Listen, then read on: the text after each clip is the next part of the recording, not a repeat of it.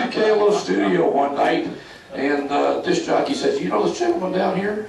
A seedy-looking guy sitting here on the floor in the studio. Coyote, right? Sure. We did that all the time. People thought we were bad competitors, right? But we were in each other's studios all the time. Management didn't know that, of course. This all happened at 2 o'clock in the morning. There was the night somebody mentioned Bill Hennis. Okay, Bill Hennis, Reed and I chased each other around the radio station with fire extinguishers. The CO2 extinguishers. I'm sure the Archdiocese would love to know that. Yeah. Anyhow, the story goes on and on and on, and this whole thing grows. There's a lot of other radio stations around here connected because of all this. Bill's got a radio station because of all this, right? And I'm a nut, okay? I've got this stuff in my blood. Some of you guys have it in your blood too. Radio's in your blood. You can't get away from it. I tried to retire. And back years ago, there was a guy in Louisville who was my biggest competitor. His name was John Smith. A few of you may have not met John. John was a reprobate guy, came down here from Columbus, Ohio, and started doing engineering work in competition with me. That's what they thought. He sent me more work than I ever could remember. He had a young man, a son that was about 14, and a radio station in Corydon, Indiana, went off the air. I went down there. It had been bought from your folks. WOCC. It's still there. Still plays oldies. Okay? WOCC. Les's folks owned that station. And I met Les there. I think he was maybe 12? Maybe. That's when I started. Maybe, about 12. Okay, but anyhow, later on they sold the station to another fella. And this guy called me and says, "Pete," he says, "I'm off the air. Can you come down here and see what's the matter with my station?" I said, "I'll be right down." And I drove down there. I come in the front door. He told me he couldn't find John Smith. John Smith was his engineer. He couldn't find him. So I come in there and I'm there waiting for a minute. He comes out and talks to me for a second, and in comes John Smith in the front door. Well, he's got his 14-year-old son with him. His name's David Smith. Okay? David comes in there, and I'm the enemy. He's always heard I'm the enemy, right? So what finally happens is John and I go out and fix the transmitter and get it back on the air. David figured out, well, he's not as stupid as he looks, so he must know something, or he wouldn't have done that so quick. Anyhow, David wanted to see WQMF, which I had built. Okay, and WQMF came as a residual from Chuck again at I-95. And there's another story that goes with that one too. 4-hour show. Yeah, there's lots of stories. Anyhow, this guy David Smith that I met as a 14-year-old later on became my partner in a radio station. Now it's called Louisville 104, and I'll leave it like that.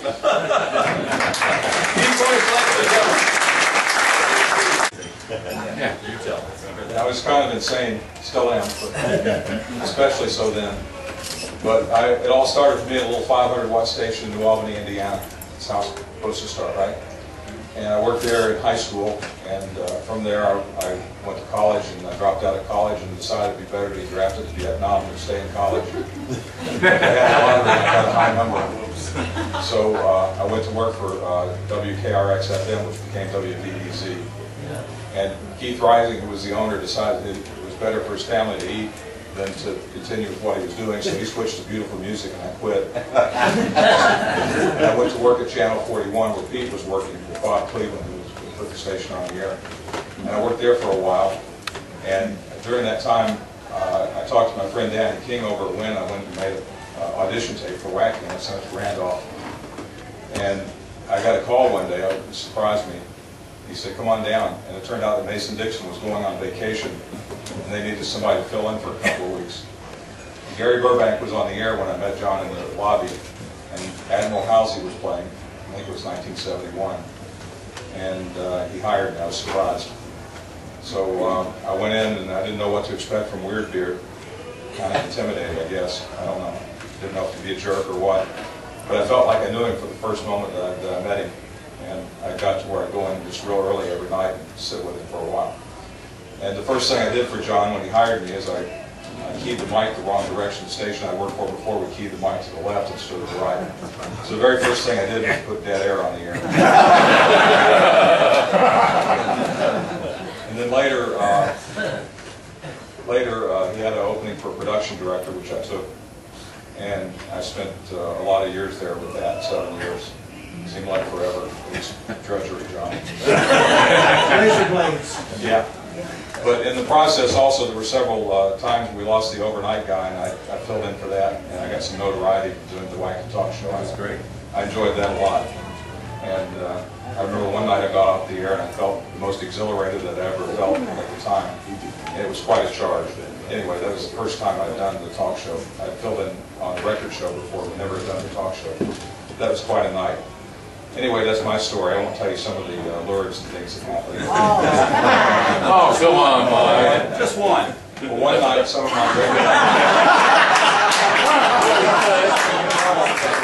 my regular listeners came down with this girl who'd been calling herself the Demon of Love. And as the talk show went on the air, they closed the curtains that separated Wacky from the street. The showcase studio sat back and there's a big lobby there, and they closed the curtains. And she stripped and left about 3 cases of venereal disease. But happily for me, my wife was expecting, and I used that as my excuse to bow out of the...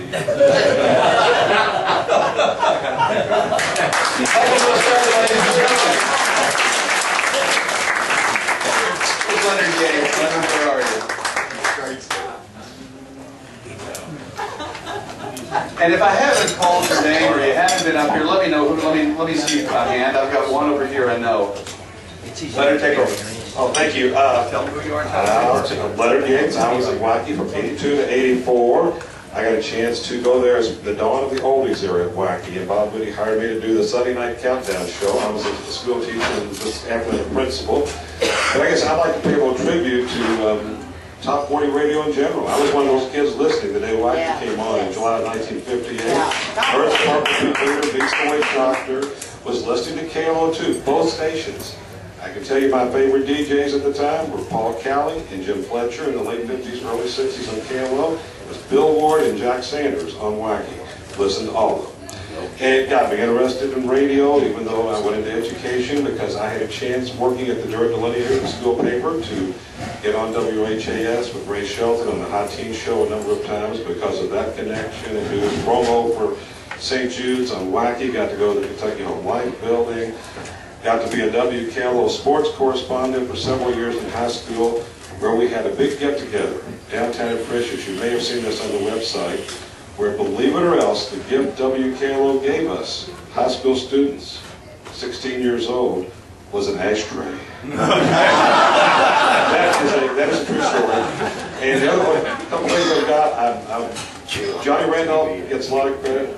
I enjoyed Johnny, got a chance to work with him with Joel, and later he went on some guest spots on HAS and such. But I used to win Johnny Randolph's Quickie Quiz contest on WKLO, and I can even remember how important Top 40 radio was to us growing up. I can remember the question one of those nights. It was who was in the group with the name Barbara, Gary, and Gretchen. I won that night because I was running around delivering for a pharmacy. It took me about 15 minutes. Nobody else knew it either, Johnny. It was the Fleetwoods.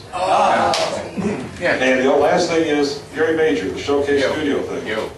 Well, Wacky had one too. Oh, yeah, but we were the time closer. I got there in February 1982, you made sure those curtains were closed before you went on Sunday night. Oh, yeah. Or any other You time. made sure, because it just told for your own safety or something like that. But anyway, thank you. I enjoyed it. Thanks to all of you all, really, too, because it got me motivated to want to do the radio and also collect music and stuff like that.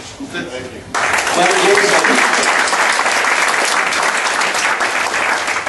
Do you realize what a jock reunion for High 95 would look like? I was just thinking about that the other day. They'll never have that luxury. They'll never have that. Two of us right here.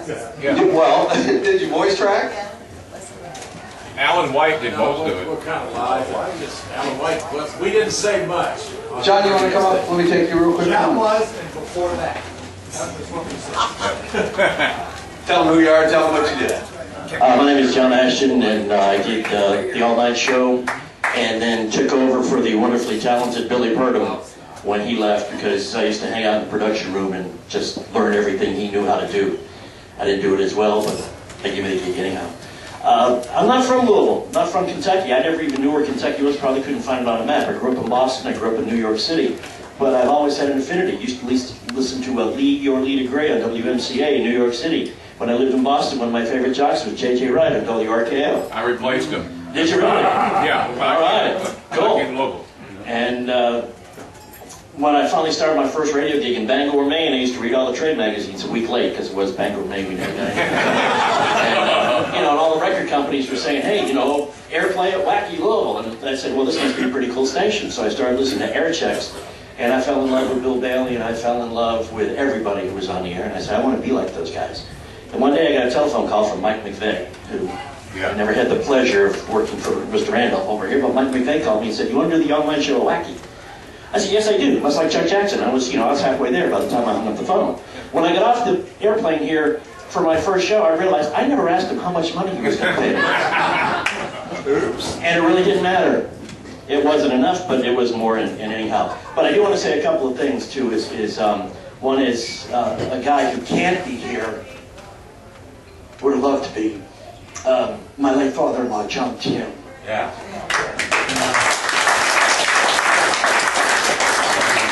Just want to say hi for him, okay? And Big Stabler, mention him. Yeah. He works with me now because I have one thing that nobody else in this room can say, and I'm really proud of it. Sunday mornings from 10 to 11 o'clock, I do a talk show about golf on 790 AM. It has come full circle. I'm back.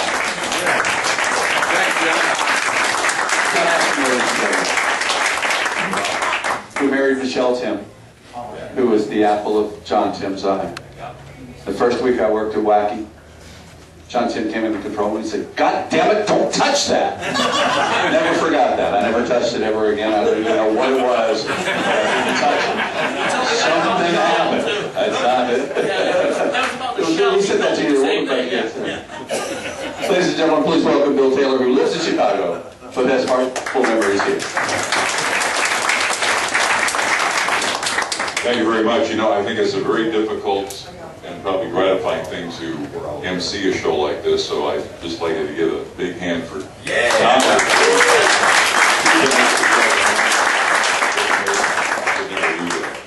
But, as far as my stories are concerned about Louisville, it's a stream of consciousness thing, because I wouldn't know where to begin or where to end, but I'll just do the best I can here. I was working in St. Louis, was constantly locking horns with the program director there. And my next job was here in Louisville. And if the program director in St. Louis was around today, I'd probably thank him for the locking horns, because working here changed my perspective about the business at the time, and I think it probably changed my whole perspective about life from that moment on.